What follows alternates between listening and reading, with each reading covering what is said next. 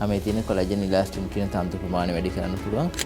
RF කියන්නේ radio frequency කියන්නේ wave එකක් තරංගයක්. මේක කිසිම වේදනාවක් දැනෙන්නේ නැහැ. හැම තුලදී රේඩියෝ ෆ්‍රීකවන්සි කියන තරංගයේ උදාහරණයක්. තමන්ගේ මුහුණ ඉස්සට වැඩිය සාමාන්‍ය ශක්තිමත් බවක්, පිරිපුන් බවක්, රැලි අඩුවීමක් නෝටිස් කරන්න පුළුවන්. අද අපි කතා කරන්න බලාපොරොත්තු වෙන RF මයික්‍රොනීඩ්ලින් කියලා නැත්නම් අපි දීර්ඝ වචනයෙන් කිව්වොත් රේඩියෝ ෆ්‍රීකවන්සි මයික්‍රොනීඩ්ලින් කියලා. හැම ඊටාම කුඩා ප්‍රමාණයේ සිදුරු කිරීම තුළින් හැමේ තියෙන කොලජන් ඉලාස්ටින් කියන තන්තු ප්‍රමාණය වැඩි කරන්න පුළුවන්.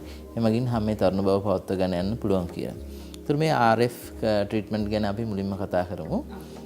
RF කියන්නේ රේඩියෝ ෆ්‍රීකවන්සි කියන්නේ වේව් එකක් තරංගයක්. ඒ තරංගය සම ඇතුළට අපි උදාහරිනවා. ඒ උදාහරණය අපි ඉස්සලාම රෝගියා සකස් කරනවා ඇන්ටිසෙප්ටික් එකක් නැත්නම් හැම පිරිසුදු කරන ආලේපයක් ගන්නවා. ඊට පස්සේ අපි මුහුණ හිරි වැටෙන ක්‍රීම් එකක් ආලේප කරනවා. ආලේප කරාම මේකේ කිසිම වේදනාවක් දැනෙන්නේ නැහැ. රෝගියට තේරෙන්නේ අපි මොකද්ද කරන්නේ කියලා. එතනදී තියෙන RF කියන උපකරණය තියෙනවා. මයික්‍රොනීඩ්ලින් ටිප්ස් කියලා තියෙනවා. මේ මයික්‍රොනීඩ්ලින් ටිප්ස් හැම ඇතුළට කිඳා බහිනවා.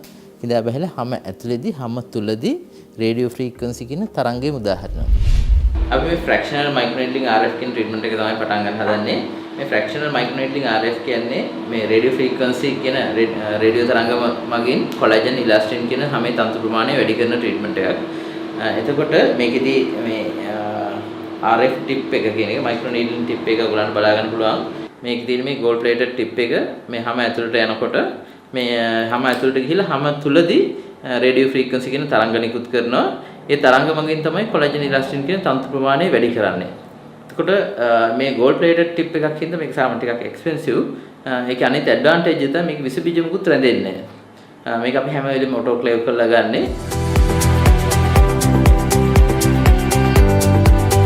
මේ RF එනර්ජි කියන එක අපි ඒ ස්කින් එකට අවශ්‍ය විදිහට අඩු වැඩි කරගන්න පුළුවන්. අපිට RF එනර්ජි එක කොච්චර දෙන්න කොච්චර වෙලාවක් දෙන්නවද කියන එක ඇඩ්ජස්ට් කරගන්න පුළුවන්.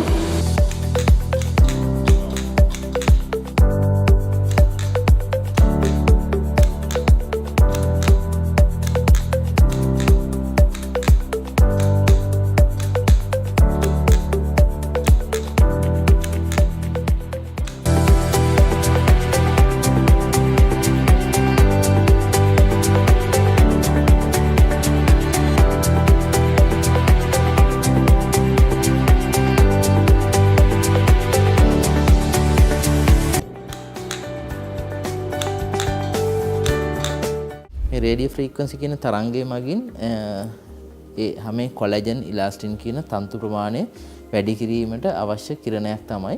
ඒ කිරණේ මුදාහැරියට පස්සේ සාමාන්‍යයෙන් සති 4ක් සති 6ක් යනකොට ඒ රෝගියාට නැත්නම් අපේ ක්ලයන්ට් පේන තමන්ගේ මුහුණ ඉස්සට වැඩිය සාමාන්‍ය ශක්තිමත් බවක්, පිරිපුන් බවක්, රැලි අඩුවීමක් නෝටිස් කරන්න පුළුවන්. හොඳයි. මේ ප්‍රතිකර්මය වඩා සුදුසු වෙන්නේ කොයි වගේ පසුබිමක ඉන්න කෙනෙකුටද ડોක්ටර්? සාමාන්‍ය අපි මතක ඇති සිතාර අපි කතා කරා ගියසරේ කිව්ලේස මයික්‍රොනීඩ්ලින් ගැන. ඒතර මේ RF මයික්‍රොනීඩ්ලින් එක ඕනිම සමකට කරන්න පුළුවන්. මේකේ විශේෂත්වය ඒකයි. ඩාර්ක් ස්කින් එක නැත්නම් ෆෙයාර් ස්කින් එක ඕනිම සමකට කරන්න පුළුවන්. සාමාන්‍ය අපි විශේෂයෙන්ම ගත්තාම මේ RF මයික්‍රොනීඩ්ලින් කියන එක ගොඩාක් වයස ගියාට කරන්නේ. සාමාන්‍ය අවුරුදු 65න් 70න් වැඩි අයට කරන්නේ. සාමාන්‍ය ටිකක් හොඳ ස්කින් එකේ බල්ක් එකක් නැත්නම් හැම ඝනකමක් තියෙන එක්කෙනෙකුට තමයි මේක වඩා සුදුසු වෙන්නේ.